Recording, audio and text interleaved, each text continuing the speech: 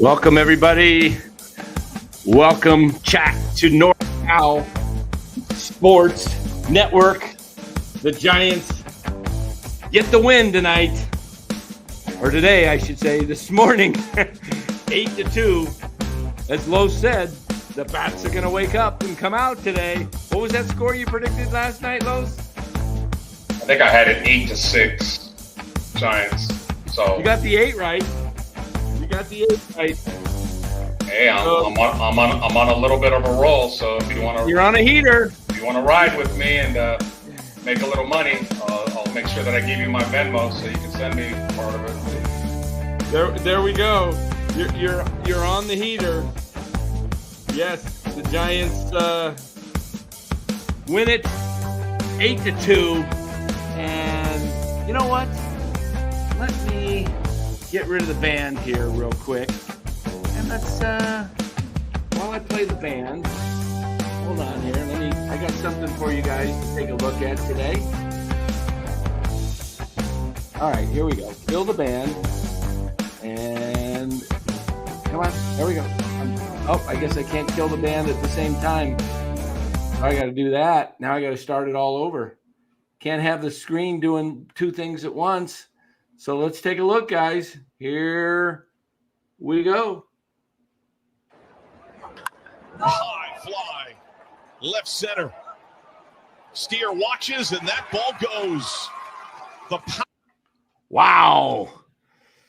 Tyler Fitzgerald with a rocket. Is that number 11, Los? I think, on the season? 11 or 12. We liked him in spring training, but we didn't see the power. We definitely saw the speed and the athletics ability, but man, this power is unexpected. Not exactly a big guy, but he generates a lot of bat speed, and I believe all of his homers have been pulled. I believe any have gone to center or right. So pitchers will make adjustments and start throwing hard stuff away and see what he does with it. Yeah. I mean, man, he's playing good short. He's got great speed. It's what we said the Giants should be playing him. And now, you just go ahead and keep playing him at shortstop because, I told you guys that the Wisely thing is not going to last all year. And you did. Another thing I told you guys, and I haven't looked, but I'm going to pull it up right now. Let me pull up today's box score, okay? So we'll pull up the box score, and I want you to take a look at something that I also told you guys would be happening with the Giants. And so here's the box score right here. Okay. Let me see if you guys notice anything standing out. See that 256 right there, guys? Batting average, 256. What did I tell you guys when Patrick Bailey was hitting 300? I told you that he's going to come back to earth and hit below 250 this year. He may prove me wrong still. But I think Bailey breaks down in the second half. He's a great catcher, and if he hits you 250, I'm okay with that. That's solid for a great backstop, okay? But he is not a 300 type hitter, okay? He's not going to hit high for average. He's a guy that will give you a solid, catching. He's going to frame. He's going to catch. He's going to call a good game. He's going to throw guys out. He's solid behind the plate. He's one of the top probably 5 receivers maybe in all of baseball. But hitting-wise, he's average. But that's okay. You just don't want below. I'm just trying to tell you guys that Patrick Bailey, I don't see him as a 275 plus hitter. I see him as a 240 to 250 hitter over a course of a season. Okay, man, he's definitely better from the left side. Yes, definitely better from the left side. No doubt about that. No doubt. Guys, welcome to the show.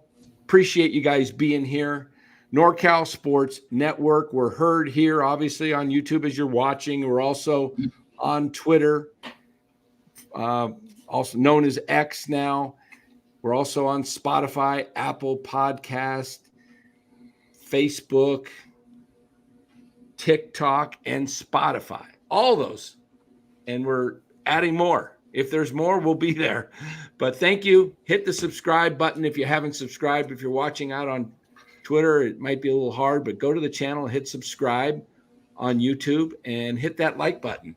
In fact, Los, carry that away. I forgot to post something for the show, so go ahead and cover. Well, like we had talked about last night, I said I thought the Giants would hit well today. I don't know, something about a day game at that ballpark, and Cincinnati didn't exactly have a great pitcher on the mound, so I just felt like they would score some runs today. But of bigger concern moving forward is their best hitter outside of Fitzgerald is now hurt, and the Giants could least afford to have Elliot Ramos down for a very long time, because he has been their consistent run producer, both in homers and RBIs. So now they're going to have to rely on guys that have not done it all year consistently, as we've said, are very streaky, and that does not help the team whatsoever. So that does not bode well for the Giants if he's out too long. I have a feeling if they start losing a little bit, they're going to force him back before he's. I hope not. And he's going to struggle, and then people are going to say he's a fluke, and it's just going to spiral. I hope not. Let him heal. The guy has proven what he can do, and somebody else is going to have to step up. It's going to have to be Encarnacion, or somebody else is just going to have to pick up the slack. Yeah, absolutely. It would be terrible if they forced him back before he's ready. I agree. Thumb injuries are no joke. Your thumb is an important part of holding your bat and controlling your bat. Especially if it's your left thumb, as it's your front. If you're a right-handed hitter, your left thumb is your front thumb. So it generates a lot of your torque and a lot of your control of the bat. So that's not something that you can just wrap it up and, it's going to, make a difference, or it's going to be easy to hit. So that has to get close to 100% for him to keep doing what he's doing, or he has been doing. Yeah, absolutely. Thanks, Ron. Appreciate that. Hit the like, everybody, if you're there. Would just greatly help the show, pushes out the show more to more people. And that's what we want to do, is try and get out there as much as possible. Marcus Tanner in the chat. Great point. Winnable games the rest of the month. The problem is gaining ground. Yes, you didn't gain any ground today, I don't believe. Let me look at the Major League standings. I don't think the Giants, because San Diego and Arizona won wild card, they won, and they're still 4.5 back, because even though Atlanta lost, you gained a game on Atlanta, but you're still 4.5 behind the Padres and the Diamondbacks. See, that's the problem. That's the problem. And everybody in front of you, just in front of you, lost. The Mets, Cardinals, and Pirates. That's all good. So now you're within a half game of St. Louis and a game and a half of the Mets. But you got the Cubs chasing you. They're only a game and a half behind you. And I've said this. I've gone on record. I think the Cubs are a better team than the Giants. I really do. When I watch them, they've got some good veterans. I mean, you've got the infield is pretty solid with Bush, Bush at I think he plays pretty much first, and you've got Nico Horner at second, Dansby Swanson at short, third base. They've got the kid they traded for now, the Paredes from Tampa. They've got guys like he can hit. Yeah, they've got Talkman, who plays out there. They've got Happ. They've got Pete Crow Armstrong, and they've got Suzuki, and then they got Bellinger. I just think they don't have the pitching that the Giants have, but I think their veteran leadership will prove out. I think the Cubs, don't be surprised here, guys, if the Cubs make a late season push, because I think they have the horses to surpass both the Giants, St. Louis, and Pittsburgh. Do they have enough to catch Arizona and San Diego and Atlanta? I don't think so. I really don't. I think San Diego is the team that is going to ride this next 49, 50 games, and I think they're going to probably play 10 games over 500, and that's a team that's going to come close to winning 90 games. And Arizona, I think, wins 87, 88 games. And Atlanta right in that pack. I think the Giants have an uphill battle because, look, Arizona is getting Rodriguez back and Merrill Kelly, and they have a healthy Zach Gallen now. That's a big three that can do pretty good. They've also got the kid. I'm drawing a blank now. The guy that pitched Fought. Brandon Fought. Brandon Fought. Yeah, and Jordan Montgomery is stinking up the joint. He's not pitching at all well. So if he somehow finds it, it doesn't appear that. But they've got 4 guys that can go. And, What did I tell you? What did I tell you about free agents? Brandon Fought, minimum wage guys, not a resume, not a lot on his back of his player's card, is outperforming, outpitching the great Jordan Montgomery. Mm-hmm. And they signed the dude from Detroit too, Rodriguez. Has he been hurt all year? Lefty. He was in the rotation to start the year. I don't know. I haven't heard nothing from him. He must be hurt. Yeah. But Arizona is that right now your 3 picks? Arizona, San Diego, and Atlanta for the wild cards? Yeah, it is. And I think the Mets are going to be hanging in there. I think Chicago can make a late push. The Giants, if they make a run this month, like I said, if they can go 18-12 for the month of August, I give them a fighter's chance. But if they are anything 1-2 games, of 500 either way, if they're 16-14, 15-15, I don't think that's enough with their schedule in September. The September schedule is brutal. I mean, and do not think the Nationals are just going to be a walk in the park. They got a nice little solid young and a decent hitting team. So right. Take a look here at, we're looking at this wild card standings. Giants are 4th, 5th, 6th, 7th, and you got to finish top 3. So you got to leapfrog 1, 2, 3, 4 teams. Arizona is now 8 over 500. They're 8-2. Giants are 7-3 in their last 10, and they haven't gained any ground.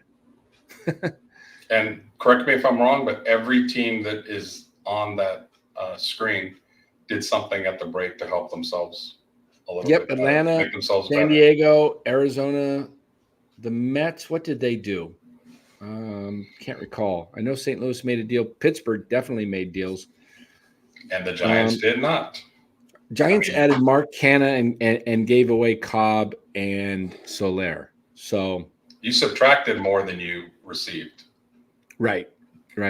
Giants are getting a little closer in this last 10 games to their run differential being closer to even. They're -11 now. But, look at those top 4 teams, all in the plus territory, 55, 48, 45, and 28. Then you got the Reds down below the Giants at plus 28. It's Giants going to have to win 3 or 4. They got to start winning series. They got to win this series.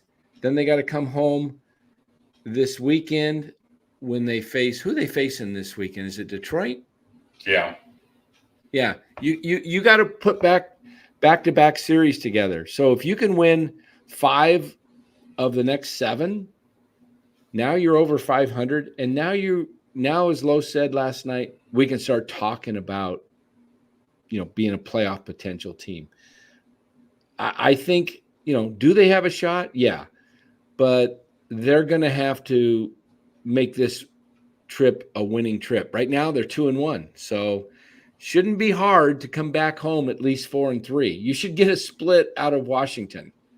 You should, but it's, no guarantees, because if you're not taking your bats with you, they took them today, but I've seen this team just lay eggs, on a pretty consistent basis, especially on the road when the bats don't show. And, it's hard to hit it at Chase Field, or wait, Oracle. I always get these screwed up. Oracle used to be the Warriors, and now it's Chase, right?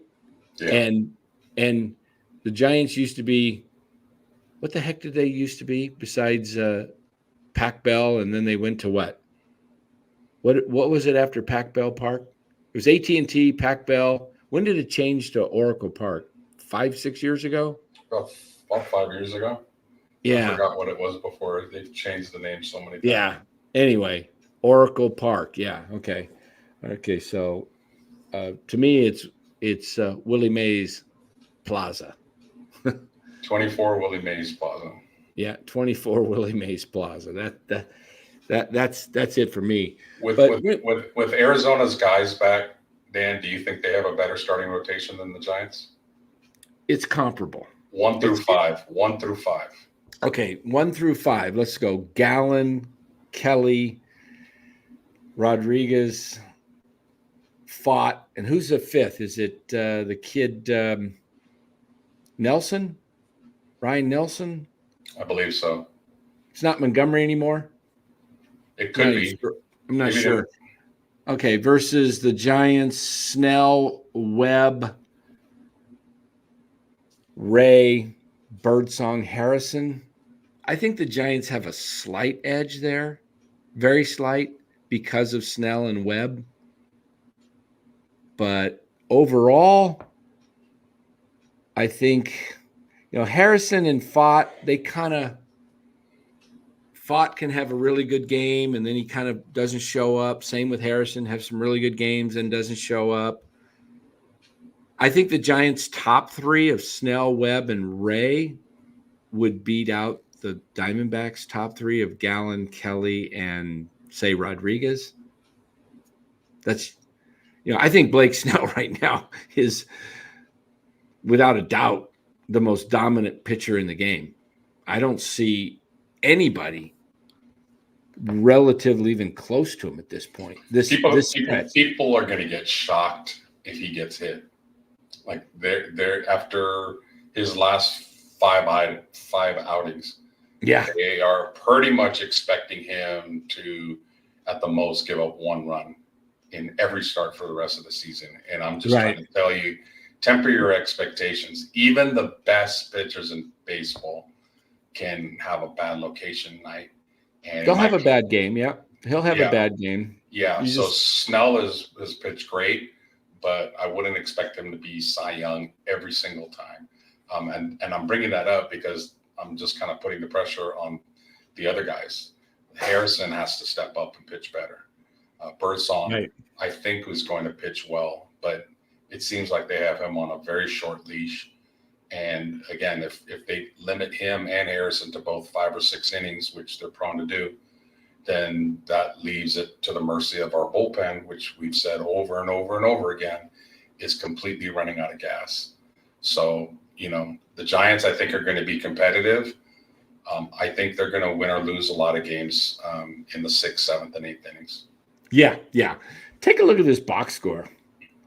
Lamont Wade had a big day, 3 for 5, along with Conforto. But let's give a shout out to Matt Chapman. We got on him last night saying he doesn't hit any in the clutch. What does he do today? Hits a 2-run homer when the Giants are down 2-0, and they kind of look like maybe the Giants were going to not win this game today because their record when they don't score first is pretty bad.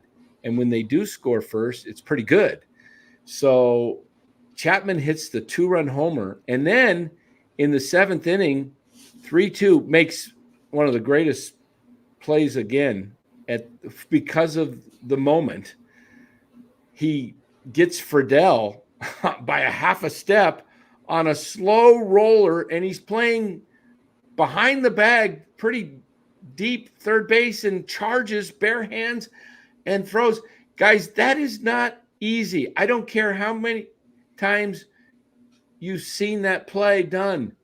It is to pick up the ball barehanded and throw on the run off balance a strike to first base without falling over is absolutely unbelievable.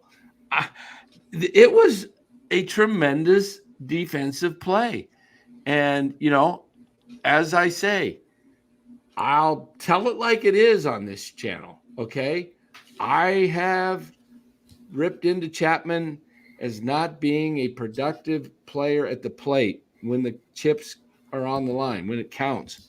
Today, he showed up. He not only got the big 2-run homer, he later got another hit. He scored 2 runs, stellar defense. I mean, you got to tip your hat to Matt Chapman today, okay? That was a remarkable play. And I have never had a problem with his defense. So kudos to Matt Chapman, Lamont Wade today, Michael Conforto, Tyler Fitzgerald, the 4 stars of the game. Wade, well, let's put them in order. I'm going in order. I'm going Chapman 1. I think I go Fitzgerald 2, Conforto 3, Wade 4. I put Fitzgerald because of the long ball. Conforto didn't hit one out today, did he? No. Just and Wade. You know what? Did I have Wade? I'm going to put Wade ahead of Fitzgerald because Wade put them ahead 3-2 with the bullet. Chapman 1, Wade 2, Fitzgerald 3, Conforto 4. There's your 4 stars of the game. And if you want to pick a 5th, Robbie Ray. And, it's going to be the veterans. It's going to be the guys that we've called streaky all year long that are going to have to bring this home. And I say that because Ramos is now down. And think about it, guys. Like, the Giants' philosophy is to kind of teach and train this whole platoon system other than a couple of guys. So a guy like Tyler Fitzgerald really didn't think that he was going to be an everyday player. He was kind of mentally and physically preparing himself to be another platoon player on the Giants again, playing here and there, going up and down. And now they're relying on him to play every single day. So does that make a difference? Hell, absolutely. Yes, it does. I want to see what Tyler Fitzgerald is doing after he's played 35, 40 straight games in the middle of September. Again, I'm not saying it to be negative. I'm saying it to point it out as something to keep an eye out for. And if the young guys who've been carrying the team a lot of the year start faltering a little bit, Ramos is hurt now. Who knows how effective he'll be. And if Fitzgerald starts slowing down, guess who is going to step up if this team has any chance? It's going to have to be Wade. It's going to have to be Conforto. It's going to have to be Yaz. It's going to have to be Chapman. And if those guys stay streaky the way they have all year long, they do not have a chance. They have to play well down the stretch. Yeah. I think the problem is, Los, that, as you said, they're going to have to play great, but you got to count on the other teams losing in front of you, and that's hard.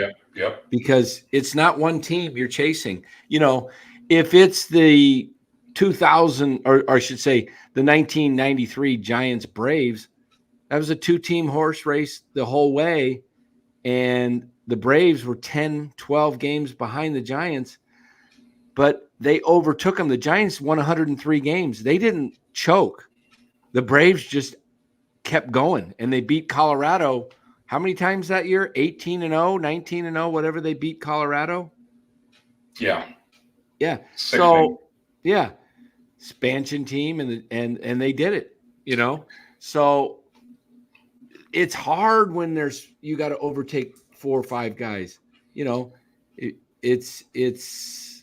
See, I look at this a little bit different from a lot of the chat. A lot of the chat is just like, just make the playoffs, just make that 3rd wild card, just get in by any means possible. I look at it a little bit differently in that, if the Giants play 500 ball and 3 of the 4 teams or 5 teams that are in front of them completely tank and they back their way in, to me, that's not like a hallelujah, we got in. I'm not expecting a team to, just because Arizona did it last year doesn't mean everybody can do it. Conversely, if the teams in front of the Giants now play really good ball and the Giants play really good ball, even if the Giants don't make the playoffs, if I see them playing well the last month and a half of the season, to me, that's a building block for next year. Everything doesn't have to be for the now. If young guys, learn from this year and they're building blocks for next year and they can add on, to me, if they miss the playoffs by 2 games, but Fitzgerald plays great down the stretch despite playing every day, if some of these veterans I just mentioned step up, if Ray continues to pitch well, so does Snell, so does Webb, then I'll say, hey, Giants, and if they're like 6-7 games above 500, but they miss the playoffs, I'll tip my hat to them, say, that's a pretty good year. Considering everything that went down, they won despite their general manager, vice president of operations. Kudos to the players for doing it. Right. Absolutely. Hey, if you're out there in the chat and you're here for the first time, appreciate you being here. Go ahead and subscribe. If you haven't already subscribed, hit that like button. It really does help the algorithms. Just want to appreciate all you Flocks. That's a new name I haven't seen. Welcome, Flocks. Who else? I love these names, man. They're classic. We should start asking, where did you get your name from? That's pretty good. Flocks. Will there be a link? Flock says, will there be a link to join today? You know what? Flocks, because you asked, you shall receive. I'm going to put that link out there. And anybody who wants to join in, let me just 1 sec here if I can do this. Hold on here and let me put that link in there. Invite guest. Copy. Okay. I'm going to put it right in if I can get it to paste. There we go. All right. There is the link. If anybody wants to come in and chat with Los and I and join in, share your thoughts, it's out there. Okay. Let's see. You don't have to be on camera if you're not comfortable with that. All you got to do is hit the stop cam. Hit your stop cam, Los, and show it. That's what you get. And if you don't have a picture up there, it'll just be a black screen. So join in. Welcome, Kyle. Good to see you. That picture, by the way, of me right there, Dan, is in Thailand, in Phuket. Nice. Oh man, nice. He joins. He joins. He comes in. Welcome, Flocks. How's it going? Could you hear me? Yeah, what's up, man? Beautiful. How's it going, fellas? So funny story. I'll tell you real quick before I get into my little monologue, my little rant with the trade deadline. Originally, I was boxing growing up, and I was really skinny. And my instructor basically was calling me Flaco, which is very skinny in Spanish. But there was already one, so then he cut it short and called me Flox, and the rest was history. So yeah, I love it. Right, yeah. So yeah, man. Even if we do get in the playoffs, if we really had a chance at OJ Mayo? That was his name? The kid from Baltimore? Oh, Kobe Mayo? Kobe Mayo. Yeah, Kobe Mayo. Man, I don't know, man. Next year is looking great. We got John Lee, Heliot Ramos, right? Possibly Matos. You got Fitz, right? And if we really could have added another young star to that, bro. Bingo. That's what I was looking. Even if we do get, in the playoffs, who really even cares? 2025 is really like the year that I think we need to focus on. And I don't see us signing a big star like Panda or anything like that. So, that's a point that I've made continuously is like, instead of just like squeezing in for this year, if you do trade at the deadline and you add, 4 or 5, I mean, if they traded like 4 or 5 of their top guys and gotten back 5 prospects just by percentages, let's say 2 of the 5 hit and they're both everyday players, then you add that to the young core that we got now. Now you're talking about really a potential contender, not just a team that's going to squeeze in and get a C+. Now we're going for B+, A-, and A's. And that was my whole point about building for the future. I'm not talking about building for 3 or 4 years from now. I'm talking about like next year. Like, it's been proven some of these young guys are coming up and they're outperforming veterans right off the bat. So that whole narrative of, if we trade guys, we're tanking the season, that's a bunch of crap. And not only that, but then you also have, this young guy for club control for what, 4, 5, 6 years. Oh, absolutely. Yeah, absolutely. Just totally a blown opportunity. Great. You're right. You're totally right, Phlox. A blown opportunity. Kobe Mayo's actually been called up for Baltimore. I don't know, the talks that were out there, but I think when you negotiate, if you negotiate right, you can get guys that if you know how to do it. Farhan has proven year after year. I mean, 6 seasons we've had, and the biggest trade was a late deadline, at the deadline, the year they were, won 107 games, they got Chris Bryant. And that was it. That's the only deadline deal in 6 seasons that he's actually went out and did. And he wouldn't have got that one done had Scott Harris not been assistant, or the general manager, whatever you want to call him, Farhan's assistant, because he came from the Cubs. And so he had relationships to get that done. Right. Farhan cannot get deals done, period. Right. And Pete Petulia, I don't know the guy. He doesn't seem like an aggressive guy. I've met him. I shouldn't say I don't know. I don't really know him well, but I've met him, shook his hand, talked to him. Super nice guy, but doesn't impress me as a guy that's aggressive to go out and make deals.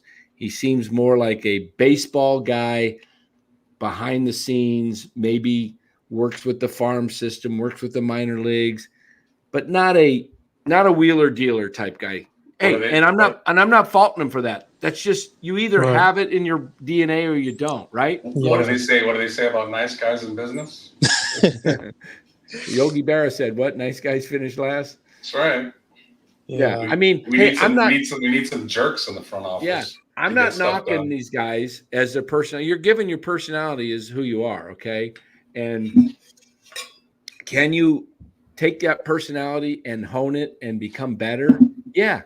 I used to, when I first started sales 40 plus years ago, a lot of deals I lost because I didn't have the skill set, or I didn't learn to shut up when I was supposed to shut up, and whatever it was. You learn certain techniques and you try to get better, and you can always improve. But if you're not a salesperson, I use a sales manager, Phlox, for 24 guys. I had to hire them, train them, fire them.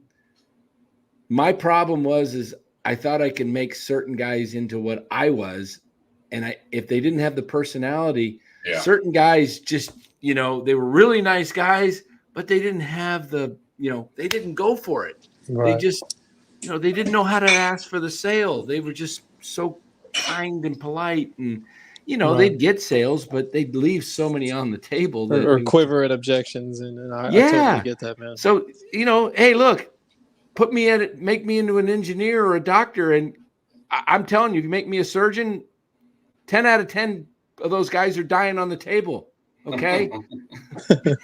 Because I can't do that. And, make me an engineer to try and build some highway or skyscraper, that thing's going to collapse, okay? That's not my gift. Phlox, are you in the Bay Area? And as far as boxing goes, what weight class were you at? Yeah, I'm San Francisco, but I was at that time I was in San Mateo over at B Street, and I was I want to say I was like about 120 Flyweight. at that time. Yeah, for sure. Yeah, definitely.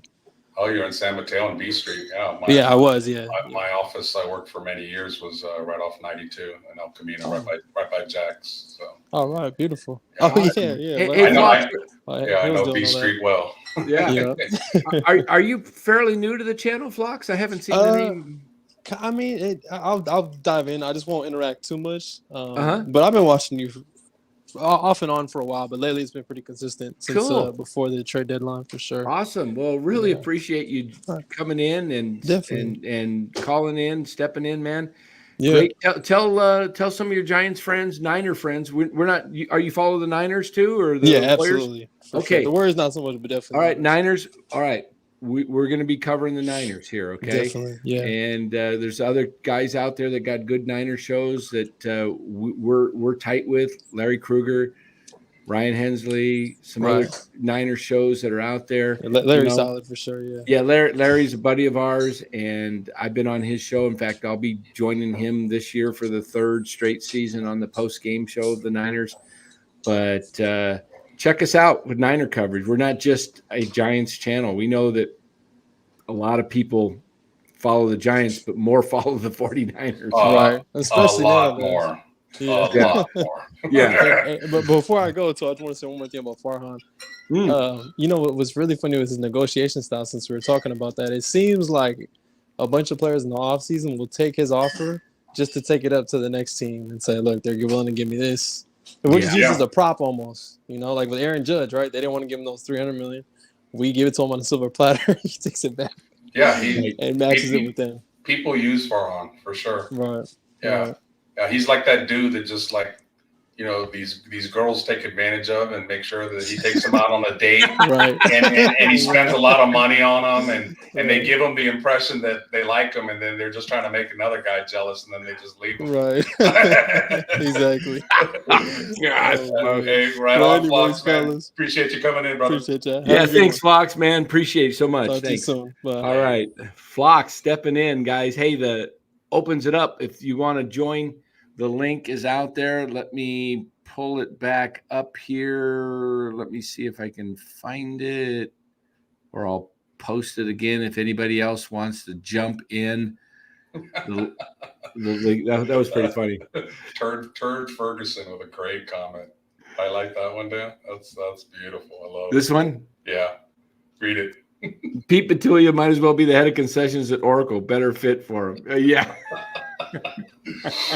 That's great. Man. Kitchen Handy says Dan needs to cover the Kings. Hey, look, we will cover the Warriors and touch on the Kings. But if anybody is a Kings fan and wants to audition for doing a show on the Kings, that is a good possibility here, okay? So if you can do the show and cover the Kings, we might have a slot for you. And, the Kings you can just email me at NorCalSportsNetwork@gmail.com. Speaking of NorCal Sports Network at Gmail, I did get a couple emails here recently from some people who wanted to get some squares.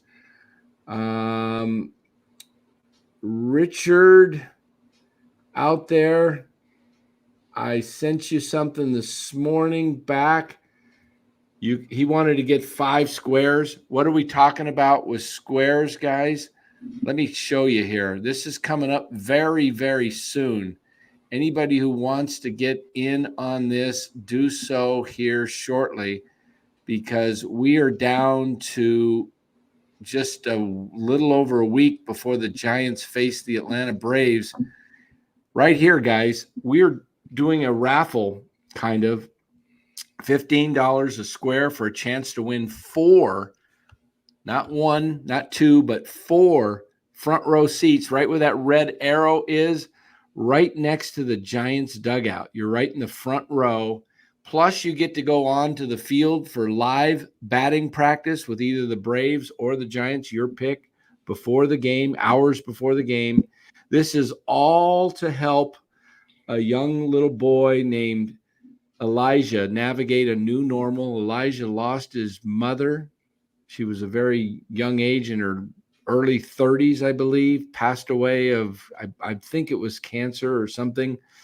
Anyway, we're raising GoFundMe. We got hooked up through this, through Vince Russo, knows the family. Vince is a friend of the show. And so Lou Marston was kind enough to donate these 4 seats of his season tickets.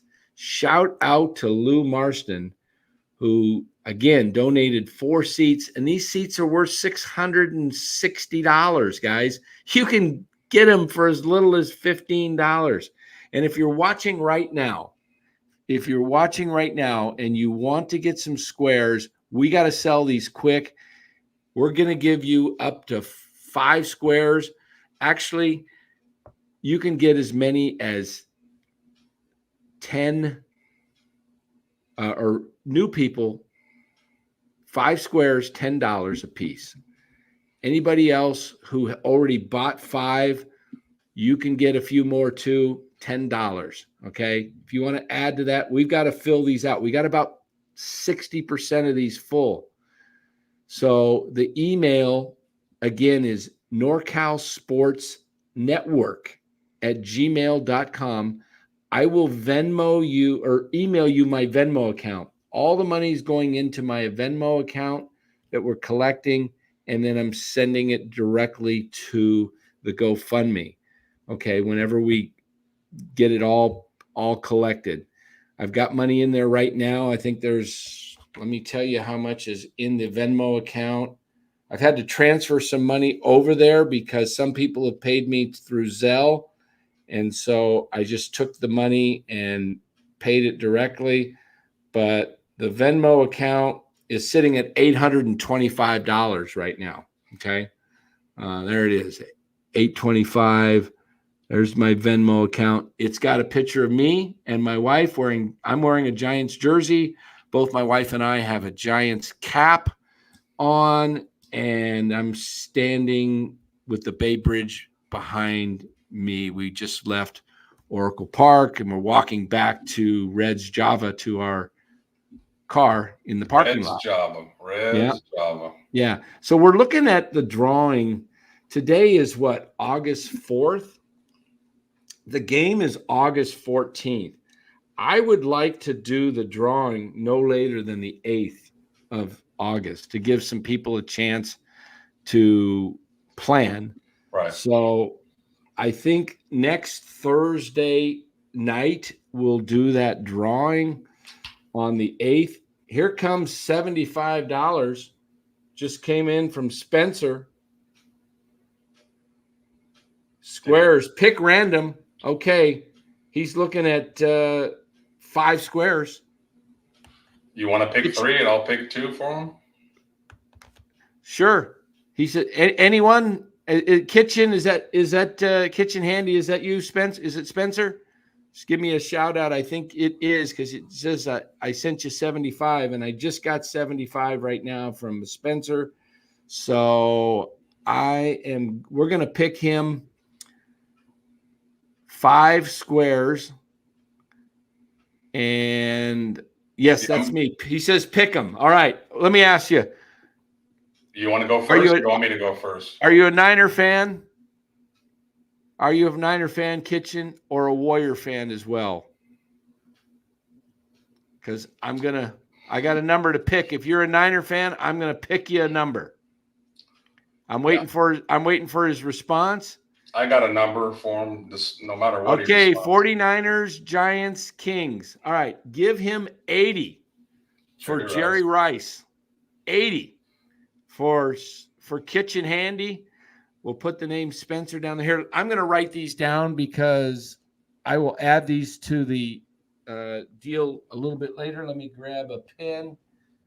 And all right. So 80. So 80 for Spencer. All right.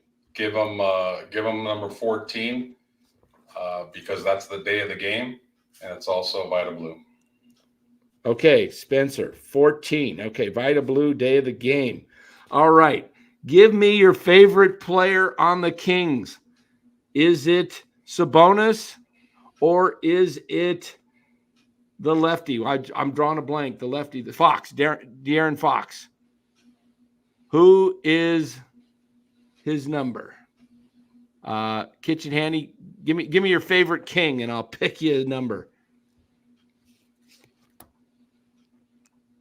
Yeah, I'm waiting for Kitchen Handy, also known as his real name, Spencer. If you've given him 80 and Jerry Rice, why not give him his receiving partner, John Taylor, number 82? 82. All right. Fox number 5's already taken. 49 is available for 49ers. There we go. There you go. How about that? We'll give him 49. Spencer. He's got 80, 14, 49. And 82. 82. John Taylor. Spencer. Yep. He's got both Niner receivers covered. But does he have he's got 14, so that covers the Giants. Yep, Lida. We don't have his answer yet. Foxy, but that's tough. Okay. He liked De'Aaron Fox, but 5 is taken by Bernice. I'm not sure who Bernice is. That might be Glenn's wife, I think. Cliff says 13, Doug Christie. He would have 13 and 14 if he did that.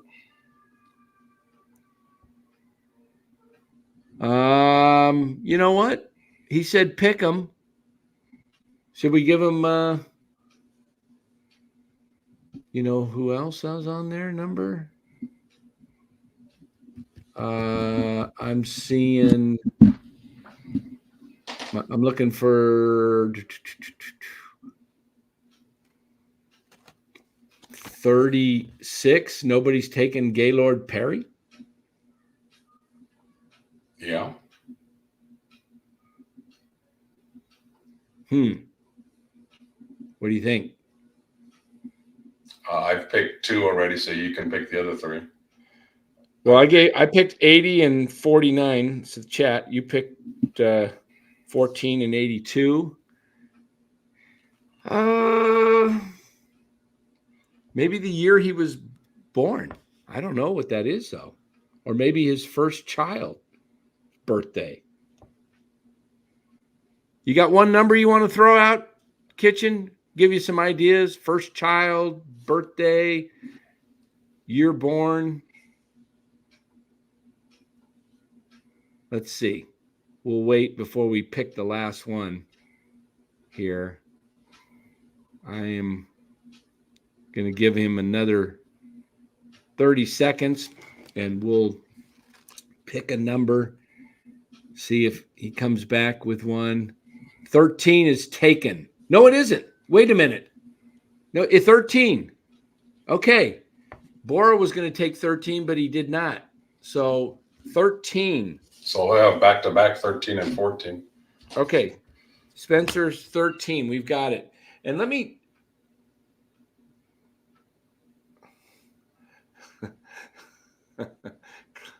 okay, Cliff. All right.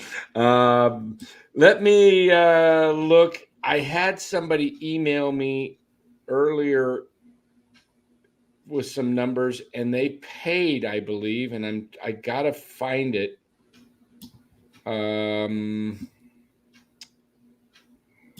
I thought somebody sent it in, and I don't want to miss that. I need to write it down.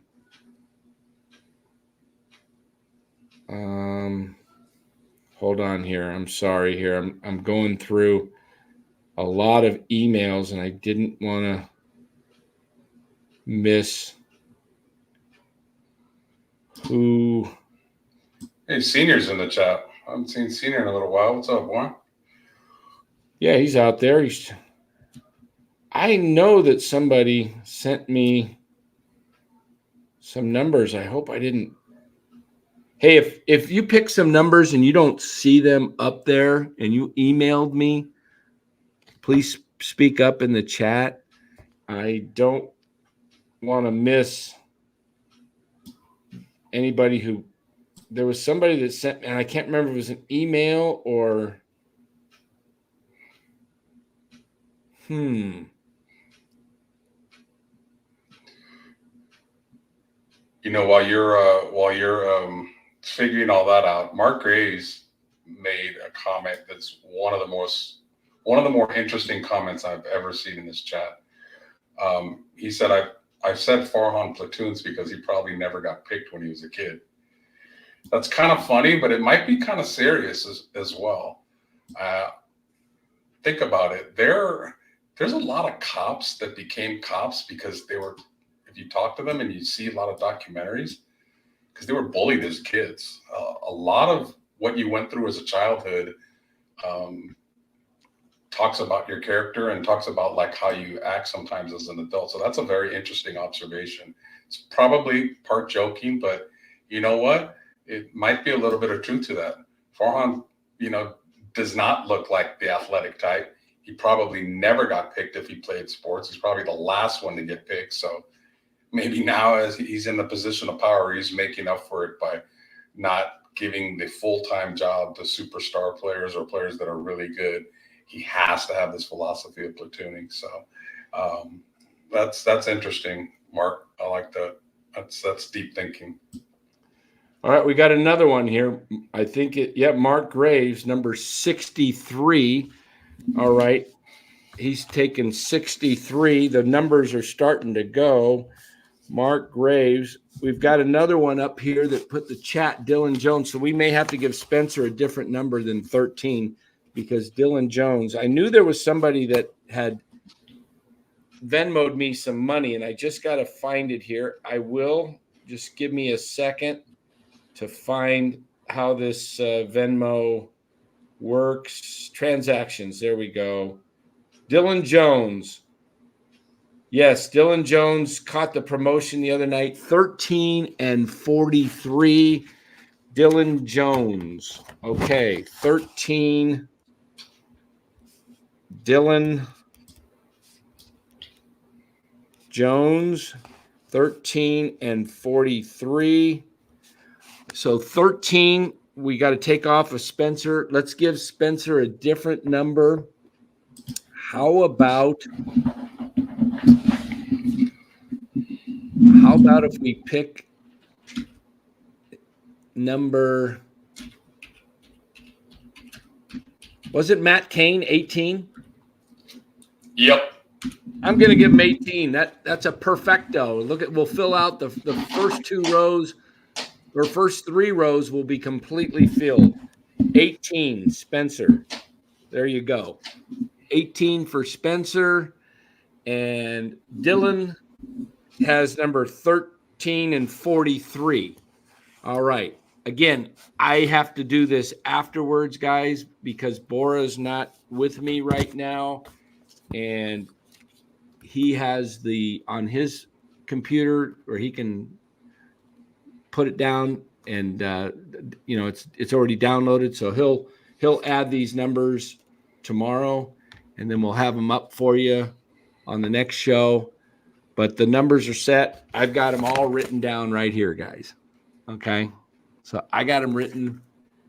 80 Spencer, 80, 14, 49, 82, and 18. Mark Graves, number 63. Dylan Jones, 13 and 43. So the first three rows, except for the numbers 36, 37, and 39, are gone. But if you want to get 36, Gaylord Perry, I believe. Yes, a retired Giants number. 39, wasn't that Kruko? Yeah, 39. Yeah. So let's see. Any numbers? Anybody else? Oh, wait a minute. Kitchen Handy says, give me Joe Staley instead of 18. 74. 74. Okay. So we're going to take him off of 18 and give him 74.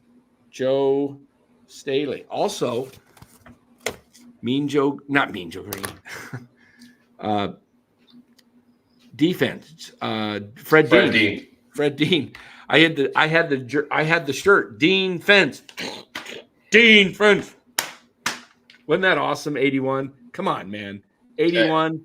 That's how good that guy was. He was a pass rush specialist. He didn't even play on every down. He came in on he was so good. They had a cheer for Dean Fence.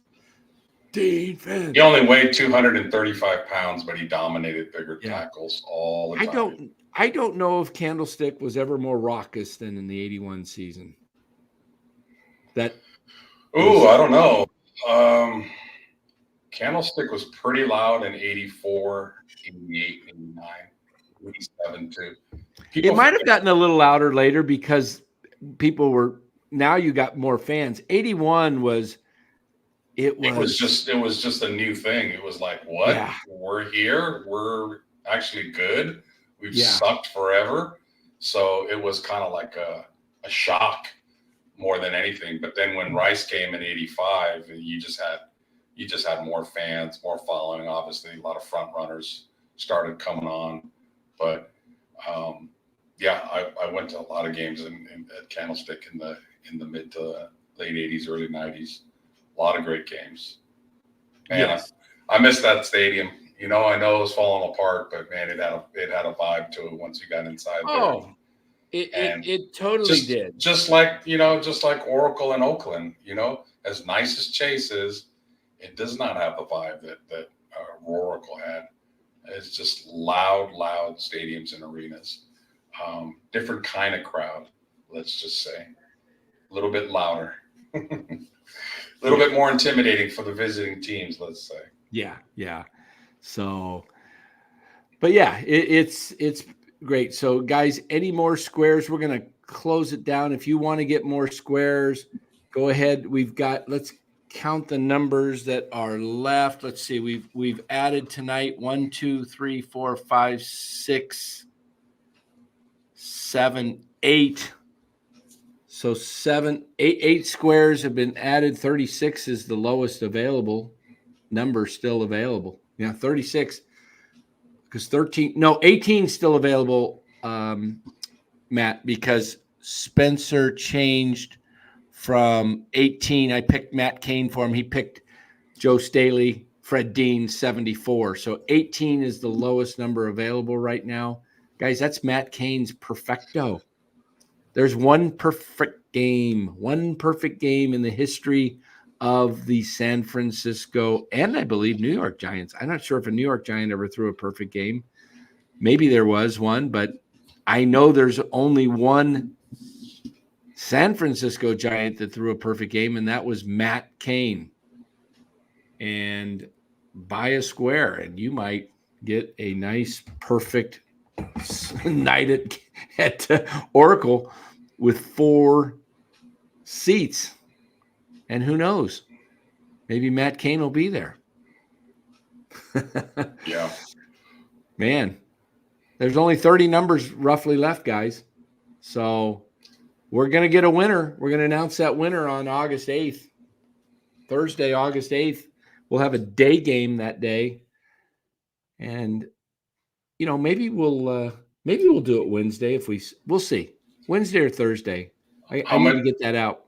How much do you want to bet if Lou Marston had put up 4 49er tickets that this would have been sold out like a month ago? We would have had 3 or 4 squares. Okay, this guys tells you all you need to know about Giants baseball. Okay, there's a lot of people in this chat that come in and night out. We have a total of 100 squares. I think we've been selling this for the better part of 6 weeks. Now, at least a month, yeah. Maybe 4 to 6 weeks. And we cannot sell 100, $650 worth of Giants ticket seats, great seats. We haven't been able to sell them. I'm telling you, if this was the Warriors or the Niners, this would have been gone a long time ago. So that's all you need to see is factual evidence about who runs the Bay and who's got more power. Definitely. Yeah. Definitely. Yeah. Even for you avid Giants fans, you're thinking, okay, I live in the East Bay. I got to drive to San Francisco. I got to go over the bridge. I got to, I got to make sure my car doesn't get broken into. All these things. I mean, they're real. They are definitely real. But we want all these squares sold. We definitely want it for a good cause. And, hey, man, we got, like 25, 30 left. So we got 3 days to do it, 4 days until the 8th. So let's knock it out. Yeah. I like Cliff Martinez's comment. If he wins, he's donating his seats to Aaron, Loss, Giovanni, Chardal, and Senior. What are you kidding me, man? That would be hilarious. That'd be a group. Who's gonna have a leash on Chardal? Who's gonna watch him, man? He's gonna right there in the front row. Could you imagine? Oh my goodness. Does Giovanni live in the Bay Area? I'm not sure. He should be all over this. Since other than Robert Rothberg, nobody's a bigger Giants fan as far as being optimistic and saying what they're going to do than him. He should be all over this. Ben Bamboo says, "Wait, can't we buy until the 14th?" No, once the seats are, we're going to draw this thing. We got to get these on the 8th of August. We'd like to just get this thing drawn and get people out there and give somebody a chance. We got to get the tickets to you from Lou. He's going to have to send the tickets to you. You're probably going to have to get the MLB Ballpark app, download that so the seats can be sent to you digitally. And then, somebody who wins, they might have to make some plans for that night of the 14th. It's the 8th is what, Thursday? So yeah, it's the following Wednesday. Oh, that guy never ends with the Scarface references. I love it. Oh, by the way, were you able to watch all of Liar Liar? I did watch the whole thing last night. Good. Yeah, my wife and son, they were laughing. Yeah, all those faces. Jim Carrey got some good laughs in, huh? Oh yeah. I think maybe my favorite line was being ridden like Seattle Slew.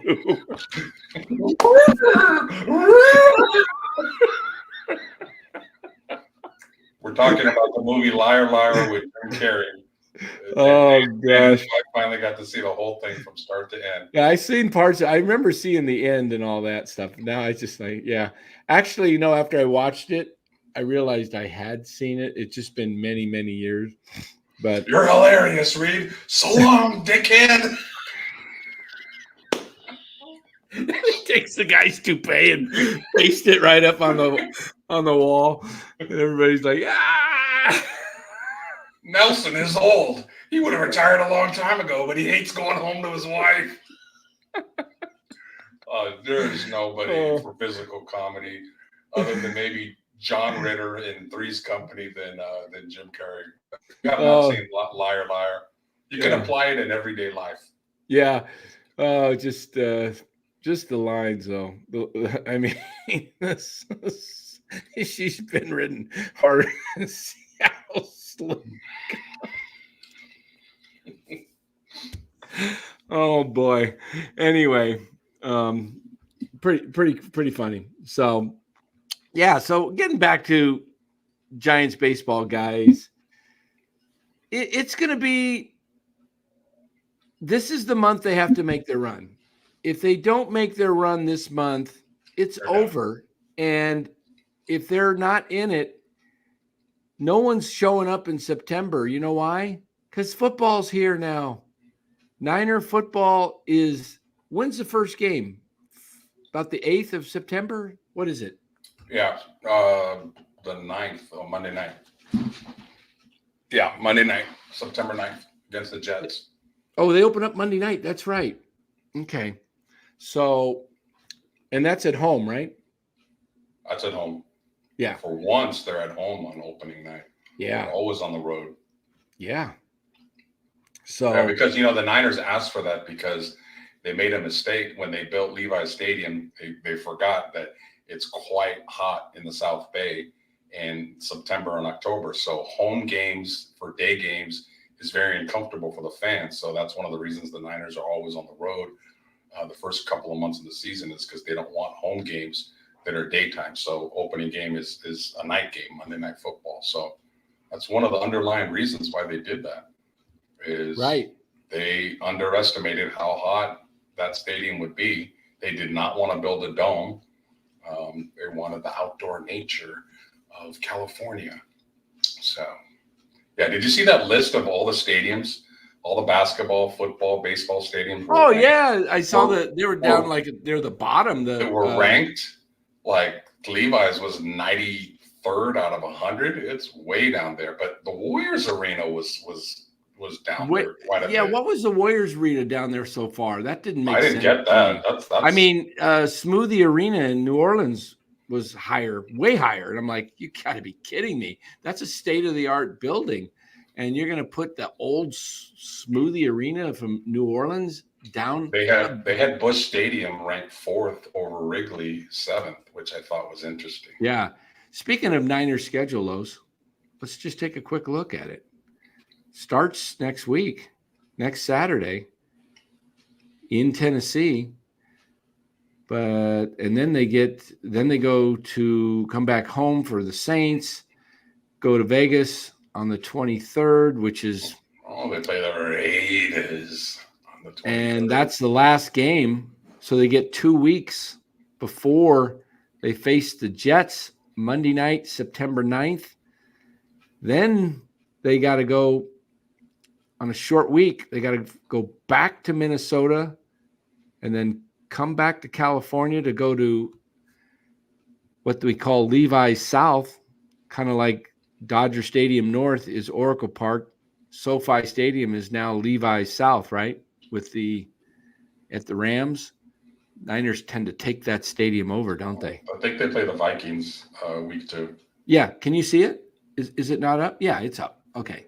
So week 2, let me blow it up. Is that better? Yeah. Vikings week 2. Rams to the right on week 3. And then home, their first day afternoon game in September at home against the Patriots, followed by the Cardinals. We'll get into this. In fact, we're just touching on this real quick, but we'll get into this another night coming up, guys, where we discuss the Niners record. We will do that in the coming week or so. We'll get on, and I don't want to go through the whole schedule, but we will get on and cover what I think their record's going to be, what Los thinks their record's going to be, what Bora, and we'll have a little powwow contest or something. Maybe we'll offer some prizes up in the chat. Who has the, we'll do a tiebreaker or something like that, because there's going to be a lot of people that have the same pick. Let me come up with a tiebreaker. Let me ask you something and ask the chat something about the mentality of the average sports fan and how it relates to baseball versus football. So you know how we keep hearing, Dan, the Giants can just make the 3rd wild card. They can make a run and they can do exactly what Arizona did, right? Isn't that what we hear all the time? Yeah, all the time. Okay, last time I checked, Arizona lost the World Series. Fact, they lost the World Series. Right. Reason I bring that up is if you lose a World Series, that means you're the second best team in baseball. I've heard, and maybe this is a difference between football fans and baseball fans. I have heard so many fans, and not just Niner fans, but all across the country, that absolutely rip on the Niners for being the second best team in football. Right. So there's a little bit of a hypocrisy going on here. So one team is consistently in the mix, and they just come up short, and they're the biggest losers, they're the biggest chokers, they're the biggest gaffes that's ever lived since the Buffalo Bills. But the Diamondbacks made a run, didn't hoist the World Series trophy, lost, but they're considered winners. So, I dive into little deep stuff like that. That's a very interesting dynamic about like second place being good in one sense and absolutely horrific in another. Hey, look at Cliff's comment there. He said, let's do a tailgate 49ers game in Arizona. That's January 5th, 2025, the last game of the season. that could be a little fun. Nice weather. You guys come down in Arizona in January when it's about 65 to 75, somewhere in that range. And it could be a nice, beautiful. Hopefully it's a nice day and the dome is open. Dan's not that far from Glendale. I am, though. I'm an hour I and actually 15 minutes away. My other house, I used to be able to see it. I was so close to it. But what date is that when the Niners play? January 5th. Oh, right after New Year's. Yeah, right after New Year's. Cliff just wants to come to Lolo's Chicken and Waffles. It's his favorite January 5th. I'm assuming, is that a Saturday or Sunday? Let me look at the calendar. January 5th is a Sunday. Yeah. That's the last game of the year? Last game. So it could have implications for seeding. It could have implications whether they get in. Who knows how the season's going to go? You just don't know. But are you guys more interested? Would you guys be more interested in 49ers, Cardinals, like game, or Giants, Diamondbacks? I mean, I think that's well. Let's be real here. 49er tickets are going to be a little bit more expensive. Correct. We got to know who in the chat actually has that kind of money to go fly here, get a hotel. No, you're not staying at Dan or my house, and go to the game. Unless you've given us like 50 super chats in the last. You know what we'll do is we'll include. I have 4 bedrooms. I'll go stay with Lois, my wife, and I, and we'll give you my house, and it'll be part of the package. We'll rent it out. I'll make money on the trip. How's that? Always thinking. Always giving an incentive. Yeah. Guys, the only problem on that is you'd have to bring the dogs, and you know how my wife is as far as. Oh yeah, I only have the one dog now, Buster Boy. In fact, Buster. Oh, I said I haven't even seen Buster tonight, and he's there, quietly, always there. Dan Shadow. He is my Buster Boy. You want to say hello to everybody? Huh? Buster. Hey, come here. Come on. Sit. Come on. Get up. Say hello to everybody. Hey. Come on. Come on. What are you doing? Huh? You're a good boy. Yeah, you're a good boy. Yeah. You're a good boy. If you had not named him Buster, what other great Giant player? I'm assuming it would be a Giant, not a 49er player. Would you name him after?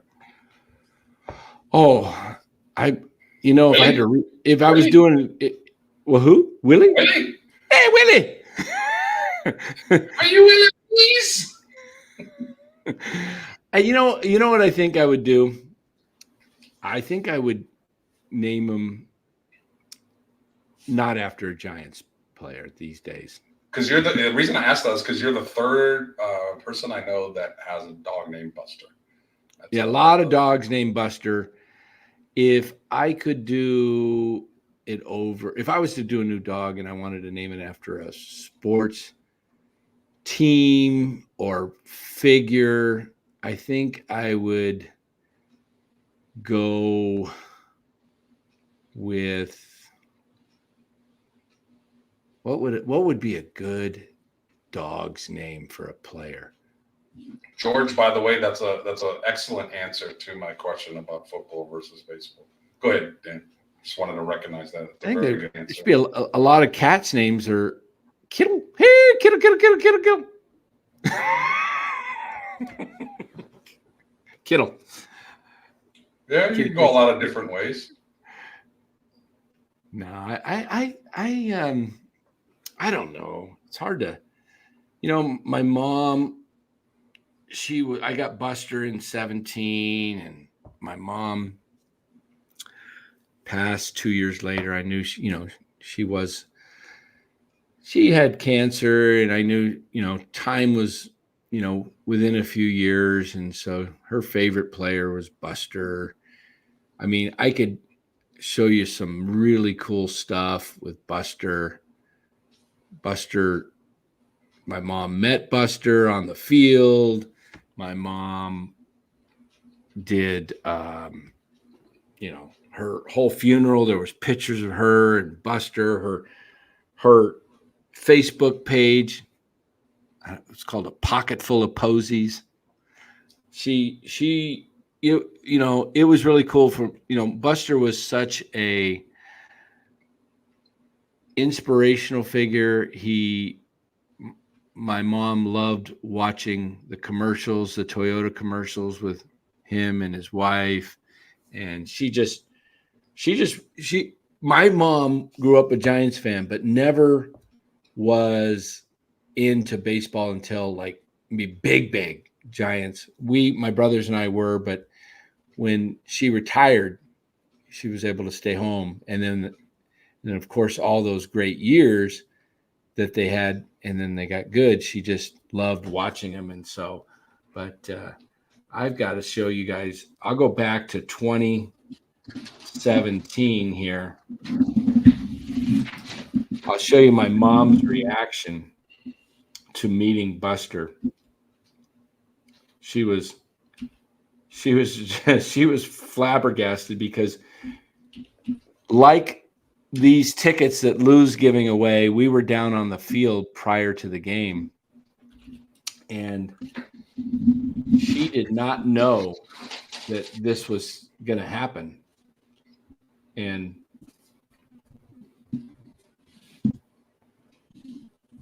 look at my mom's face there as she's looking at Buster. Oh, that's awesome. And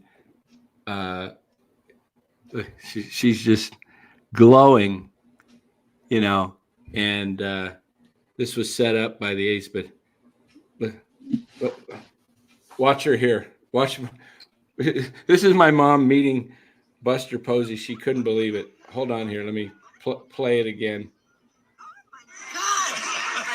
Here.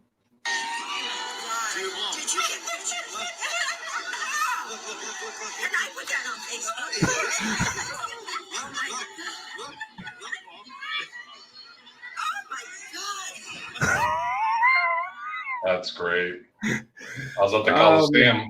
Oakland Coliseum. Oh man, I miss my mom a lot.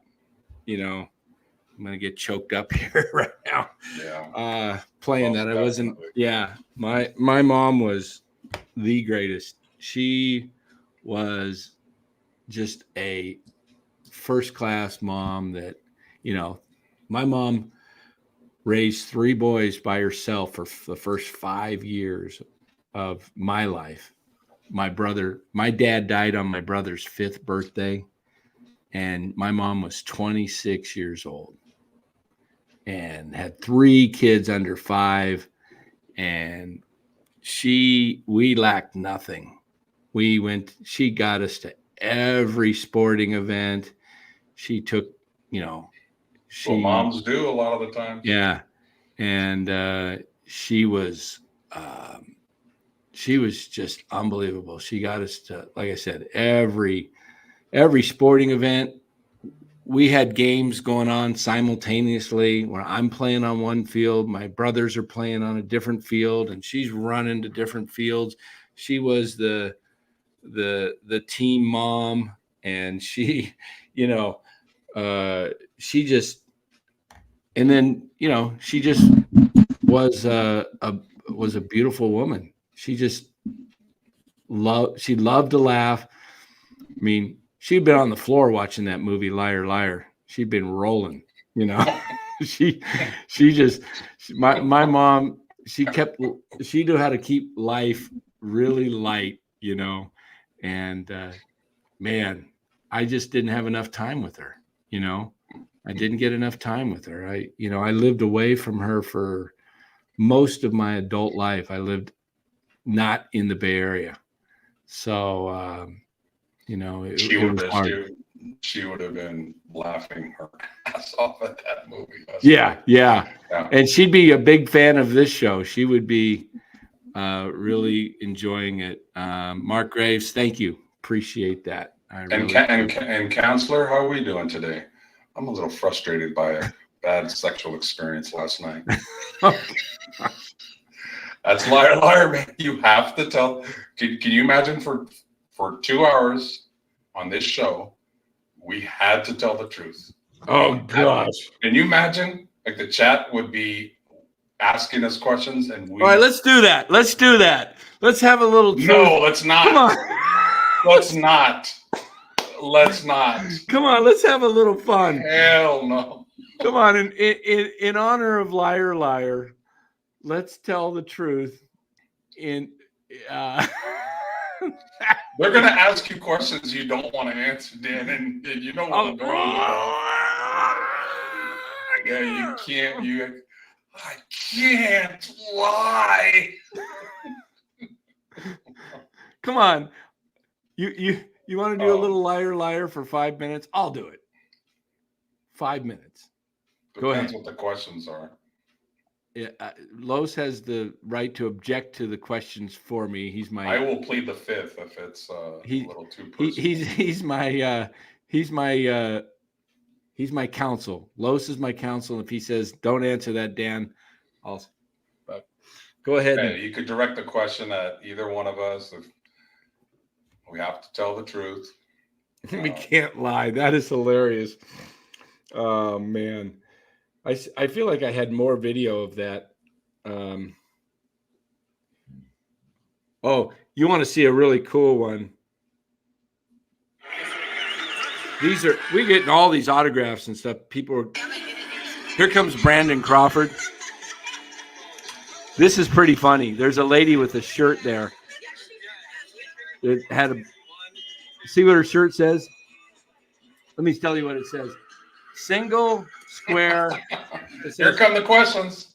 Single, taken, and then mentally dating Brandon Crawford. You know, everybody loved Crawford, but mentally dating. And then my brother's wife and him are A's fans, so she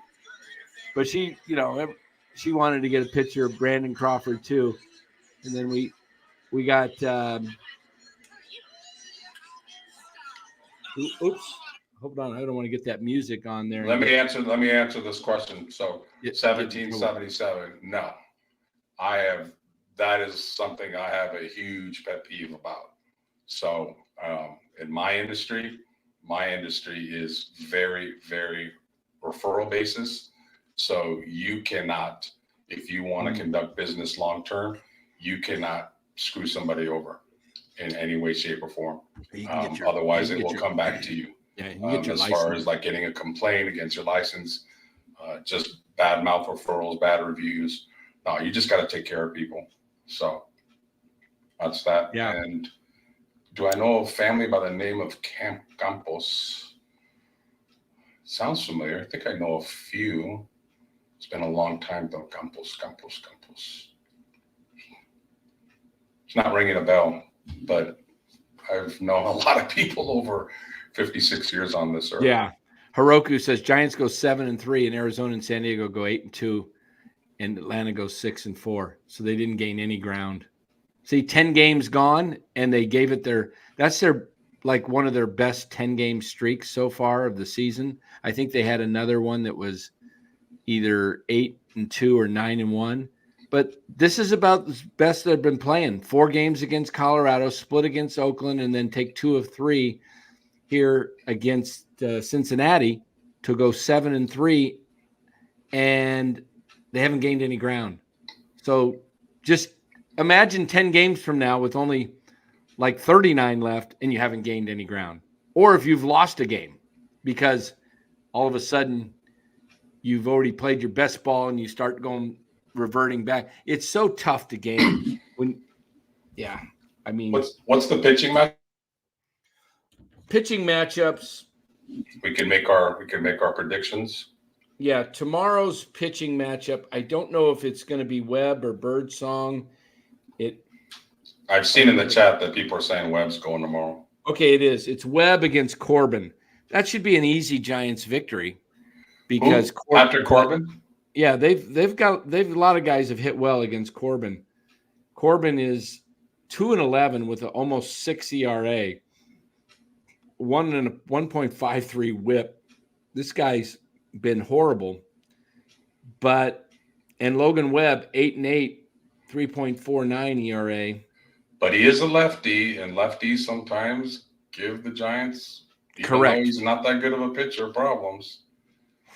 Correct. Yeah, the betting odds on that game Webb's going to be a big favorite in that Giants game. were big underdog today, and they won. You know, the Giants don't play well against the Nationals. They kind of own them. Right. And then Tuesday, it's Birdsong against Mackenzie Gore, and Gore's not pitching well lately. And then Wednesday, it is darn it. They're putting Snell back out there. I wish they'd give him an extra day. They're going to go on 4 days. That's short-sighted. That's very short-sighted. That's a mistake. That's a mistake.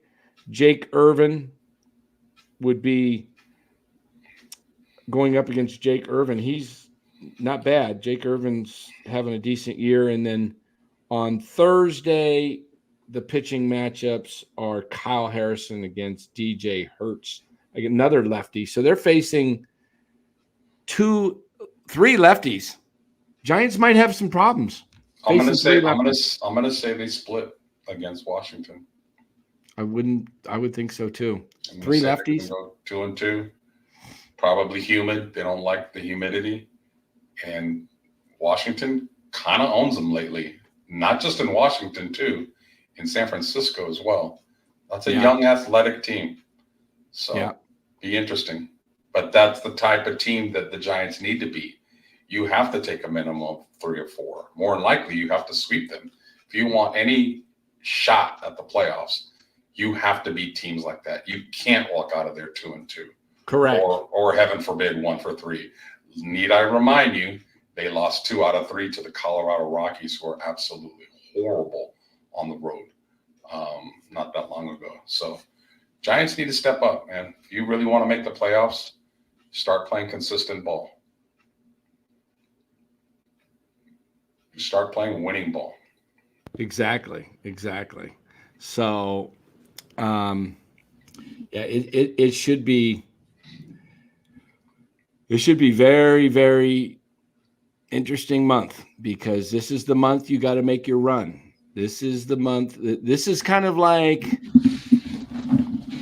when you're in a horse race, and if you wait too long to make your move, you're going to have nothing left to get. You got to make your move at the right time. These next several games with winnable teams, some of the worst teams in the league. They've got the White Sox in there. They've got who else is in there on this schedule? They've got Detroit. Detroit's not awful this year, but they should be able to beat Detroit at home. So nobody asked me a question, huh? Okay. Other than that one dude, yeah. Did he ask? Nobody asked you anything. Nobody asked me. Well, we're gonna wrap her up, guys, here in just a few minutes. Anybody want to ask me a liar question? See if put me to the test. That would be. Hey, Aaron is not lying. We were man hot in Chicago. Ben Bamboo asked me something. Let me see. It was hot. Yeah, you guys were melting in there. Yeah, it was rough the first 3 or 4 innings. I don't see Ben's question. Ben. I'm looking. Ask it again, Ben, if you don't mind. Ask it again. I'm looking, I'm digging. I don't see it. Oh, he did ask that earlier, way early in the chat. It was not a liar question. It was he asked about Kobe Mayo? Yeah, he said, do you think if the Giants would have offered somebody like Luciano and threw him in, would that have gotten the deal done to get Kobe Mayo with Snell? I think you could have done it with Snell and maybe like a Duvall or something like that, because it's a need that they had for this year, and you offered to pay part of the 25 salary if he opted in. I think you could have made the deal done. Sure, I do. Orioles need bullpen help. That would have been a win-win. Sometimes you don't necessarily have to win a trade. I mean, the Orioles would have got the hottest pitcher in baseball. They're trying to win a World Series. They were knocked out in the first round last year. They have an excellent team again this year. And, Baltimore has not won a World Series since 83, I believe. So when you've gone that long and you have the team, the windows, as we know in pro sports, they shut kind of fast. So you have the opportunity to win it now. Why would you not do that? You have it's not like Kobe Mayo is the only Orioles top prospect. They have a lot of prospects, so they can afford to give up one. So the Giants would have got a first baseman for the future, and they might have got a World Series out of it. So win-win. That trade should have happened. I wish it would have. Yeah. Because as great as Snell is pitching this year, I really doubt, and Dan really doubts that it's going to pull them to a World Series championship. So correct. Get what you can for the long term. Yeah, correct. So tomorrow night, the Giants take on the Washington Nationals. Game time, let me pull that up. I believe game time tomorrow is 3:45 here. Wow. 3:45? Yeah, 3:45 in the afternoon here. So the game will end by 6:30-ish. So we'll come on tomorrow night, 8:00 Monday night. Dan and I and Bora enjoy the road games on the East Coast or the South. Yes. And we don't got to come on at 10 p.m. Yeah, I hate that. I don't like coming on that late, man. I really don't. But we are. So, guys, thank you for joining NorCal Sports Network. Please hit that like button if you haven't done so already. Would really appreciate it. Uh-oh, my wife gave you a trivia from Liar Liar, Dan. What is it, Kyle? I didn't see it. Yeah, please make sure you hit the like and the subscribe button. The ratios are not all that great, guys. We need to get those a little bit higher, please. Appreciate it. If there's 120 people in the chat, we should be getting minimum of 50%. We should be getting 60 likes. So it's free. It takes 2 seconds. Just hit it. If you're on here all the time, you must like the show. So action speaks louder than words. I'm looking for the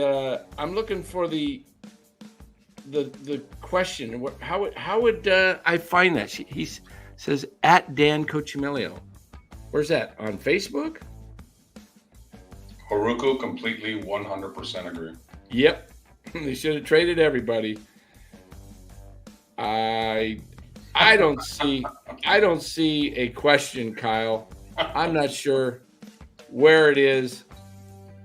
If there's a question, what's the weight on her driver's license? What's the weight on her driver's license? Oh, that was in the movie. Yeah. That was in the movie. That's right. Okay. What's the weight on her driver's license? I get it. I remember that. That was pretty funny. Well, guys, thank you for joining. Really, really appreciate your support. Hit the like button again. Subscribe if you haven't subscribed. Tell your friends about NorCal Sports Network. We cover every Giants post game. We're the originators. Not quite the originators. Hum Baby did that, and we kind of took it to a new level because we spent more than just a little bit on the ball game. We give you some entertainment. We give you a little bit of our predictions, picks, give some honest assessments about the Giants club, Farhan and everything. But you know what? We're not just Giants baseball. We cover the San Francisco 49ers, and we're going to cover the NFL this year. We'll give you some really good analogy on the 49ers and the entire NFL. Golden State Warriors basketball. Some people want to talk about Sacramento Kings basketball. We'll get into that during basketball season. A little Sharks hockey. But Matthew, good night, guys. Matthew, what a trooper, man. It is right now 12:35. And when we're on late sometimes, and we start our show at 10, 1 o'clock in Atlanta, Matthew is still on with us. So appreciate you, Matthew, very much. Will Dan give some betting tips for NFL and college ball? You bet. Both Los and I will do that. Absolutely. Also, looking at getting some interviews, guys. Had some talks just before the show. Some NFL players I'm looking at, trying to get on here during the month of August while they're in training camp, because once the regular season starts, they get a lot busier. This is the time to get them. So we're going to work on a couple of guys. And the only hint I can give you is they went to this school. Okay, they played ball there. Na, na, na, na, na, na, na. That's a great fight song. Dun, dun, dun, dun, dun, dun, dun, roll on, you bear. Oh, great fight song. Yeah. So, Cliff Martinez says, Matt, I'll be in Atlanta next month. Oh, I'm getting strip club. Restaurants. All right, man. So, what you call yourself, Cliff Martinez? So, guys, man, we do appreciate. Oh, you know what we forgot to do tonight, Los? What? We forgot to close the show with our new thing, the Immaculate Grid. Oh, you want to take a shot at it real quick, or get out of here? Yeah, we can do that. All right. Hold on here, guys. We'll do. It's a little thing that Los and I love because makes you think. Makes you think. Yeah, Immaculate Grid. Here we go. And you're not looking it up on your phone. You're actually using your mind. All right. Here comes this one. This is going to be a tough one. I haven't even looked at. Let me get the music off here. Pull up Immaculate Grid. There we go. And let me get this music in the background off here. All right. Immaculate Grid. Let me pull it up a little bigger. All right. Players that played for Kansas City, the White Sox. And then we got born outside U.S., 50 states, and D.C. Yeesh. Okay, right. Let's get the easy ones that I know right away, just out of the way. Shortstop for the Royals, UL Washington. He had a toothpick in his mouth. That goes right there, right? Yep. Right there. Yeah. UL Washington. UL Washington. Hold on. UL Washington. It's not coming up. He's not coming up. Oh, don't put it in there then. It's the names. How about Freddie Patek? Freddie Patek. Yeah. That's Freddie Patek. Yeah. All right. There you go. All right. Colorado. How about Ezekiel Tovar? Playing there now, right? Yeah. Select. How come wait a minute. It's not letting me select him. Maybe it has to be somebody from the past. It says his name's popped up, but it's not saying where's the select button. Hold on. I got to escape that. Tovar. Oh, no. Oh, no, because that hold on. Yeah, that box signifies a player that played for both the Rockies and the Royals. Oh, okay. Yeah, the bottom row goes shortstops for the Twins next. Oh, Twins. Carlos Correa. Yeah. Almost a Giant. Carlos Correa. All right. And then shortstop born outside the U.S. Huh. There's tons of them. Oh, gosh. How about Jose Uribe? He's a Giant. Marco Luciano. Let's see if Marco shows up. He might not have enough games at shortstop to qualify. I bet it's just one game. I bet he's on there. Oh, wait a minute. Omar Vizquel. I know, but I want to see Marco's picture. Oh, man, you're going to get one wrong because he doesn't play there enough. He's played. It says one game. Yeah, you're right. I didn't read the small print. Where is the? I'm trying to type it in, but it's not Marco. Why won't it? Where's the? Hold on. Why won't it let me type it in? You sure? Okay, that's a shortstop. Okay, now I can type it in. Okay, Marco Scudero. No, let's go Luciano.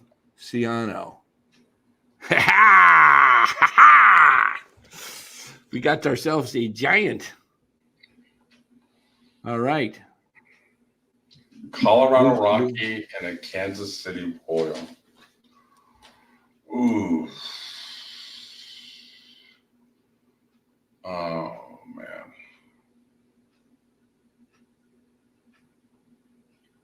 Hey, was Luis Robert born outside the U.S.? I believe so. Eloy Jimenez definitely was, right? KC and the White Sox. KC and the White Sox. Okay. I got a White Sox hat on too, man. So the pressure. Man, these are pressure. White Sox. Oh gosh. I wonder if man. There was a pitcher for the White Sox named Floyd Bannister. Yeah. God, I could have swore he played for the Royals, but I'm not sure. I mean, I am just not coming up with anything for. I mean, that's a tough. Oh, hey, I'm sorry, I'm cheating. Looked in the chat. Bo Jackson played for Kansas City and the White Sox. And George knows his stuff, man. Rockies in Kansas City.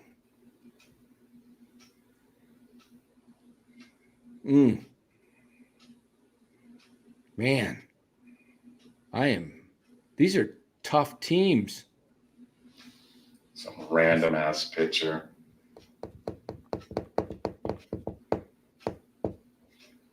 Oh, come on, chat. Help us out. Oh, you know what?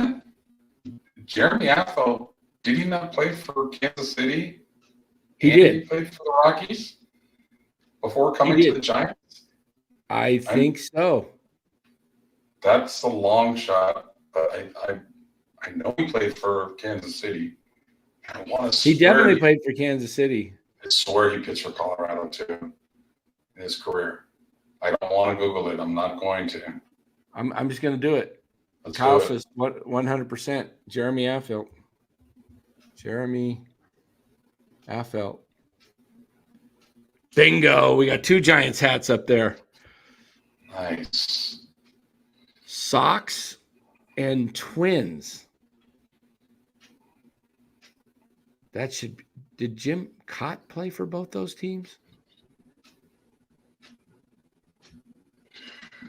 Do you remember a pitcher for the White Sox again named Lamar Hoyt? Yeah. I think he finished his career with the Twins. But I'm less sure about that than Floyd Bannister. Did Brett Saberhagen play with anybody besides the Royals?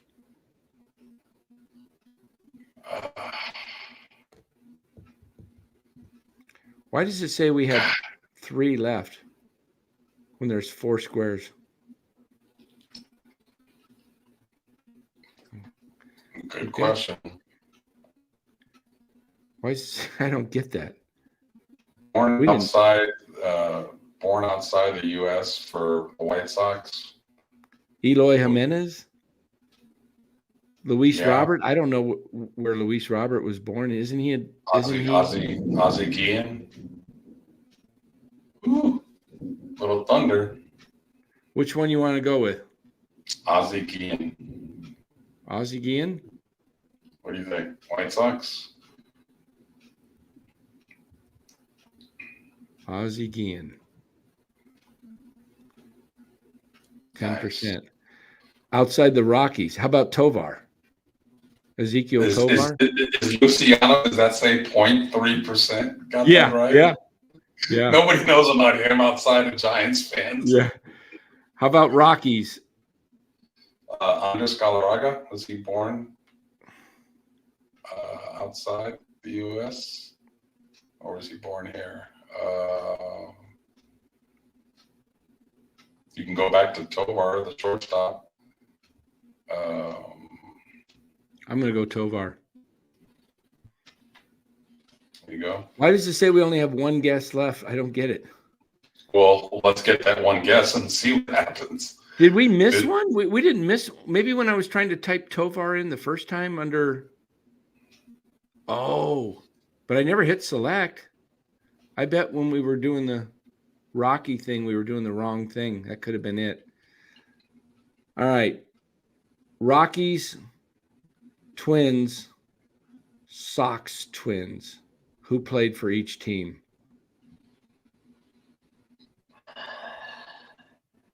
Man.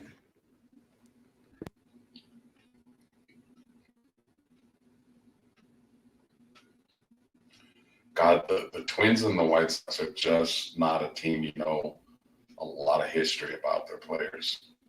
I mean, you know the main players, but to get this right, you have to know like a lot of their rosters, even the average journeyman utility players. Yeah. You know what I mean? Like even today's Twins, can anybody, I don't want to divert from this assignment, but I don't think I can name 5 guys on the Twins active roster. You know what I mean? But that's for another day. Senior says the more rare your answer, the better your score. Yeah. We need some help, chat. Well, AJ Marco Luciano's about as rare as AJ Przinsky. I do remember that. Played with the Sox and the Twins. You sure? He played with the Twins? Yeah, he won a World Series. No, did he win the World Series with the Sox or the Sox? Yeah, he did play with the Twins. He did play. I don't remember him playing with the Twins. Come on. Why don't you pop in there? Why is it not? There we go. AJ Przinsky. See, we got it right, but we never missed one. Why did it? I think when I went to answer the one on the Rockies and I was putting Tovar, I never hit select. Maybe I did hit select. You know, that stinks. We would have got it. We would have got it. We played this game 3 straight times, and we don't cheat. I mean, other than I looked at the chat this one time. We don't go on our phone. I've never looked at my phone. And there have been some difficult questions. So I would take our baseball knowledge over any other show, including ones that have 80,000 subscribers. Yeah. I would take our baseball knowledge. Absolutely. Up against any of them. Sure. But guys, we're going to call it a night. It is Sunday night. It is 10 minutes of 10 roughly. So we appreciate you guys really being with us here. And it has been fun again. Come back tomorrow night. Giants take on the Washington Nationals. 3:45. Pitching matchup favors the Giants. Logan Webb against Patrick Corbin. Patrick Corbin, there's another guy that signed a monster contract that did not go well. How many contracts how about the other one that they signed, the star Strasburg, Steven Strasburg? That was a waste. Look at the Mike Trout contract. That's been a waste. These big contracts, I think too many teams have gotten burned on them, and Dodgers may end up getting burned on the Yamamoto contract.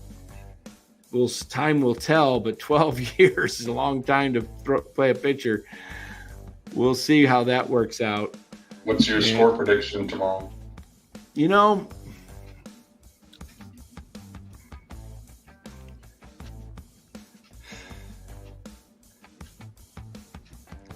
I mean, Giants should be able to get to Corbin, but they just don't hit lefties. I think the Giants win tomorrow night. I'll say 4-3. 4-3 Giants. Well, I want to keep my roll going, so I'm gonna go against the majority and what the odds makers say, because the Nationals seem to own the Giants and they do not hit lefties. So I'm gonna say 6-5 Nationals. Okay. 6-5. 6-5. Los make it 3-3. Yeah. We'll see. That's good. That's good, guys. Hey, tomorrow night, 8:00. Join us. We might even have Bora back. Bora's a young kid, man. He's having some fun with his friends, which got to do that, man. You got to go out and have fun where you can. Absolutely. Have a life, man. Have a life, man. And that goes for everybody in the chat too, man. We love it when you're here, but we know you got a life and you're not here every night. And you know what? We probably won't be here every night either, because we try to have a life too. So, but you know, we're here like we say we are. They're just not going to be too long of shows. We've already gone an hour and 50 minutes, which is about 20 minutes past our normal time we want to go. But overtime. Yeah, we'll start doing the Immaculate Grid a little earlier. Started at about an hour and 15 minutes in, and then we cover that for the last 15 minutes and out of here. That's going to be a new take, Immaculate Grid, and we will do baseball, and then when we get into football, we will do football, and in basketball, we will do basketball. And don't ask me to do hockey, because I will not do well there. So, all right, Los, thanks again for joining, everybody. We will see you guys tomorrow night. Thanks again. NorCal Sports, like and subscribe. We appreciate you. Have a great night.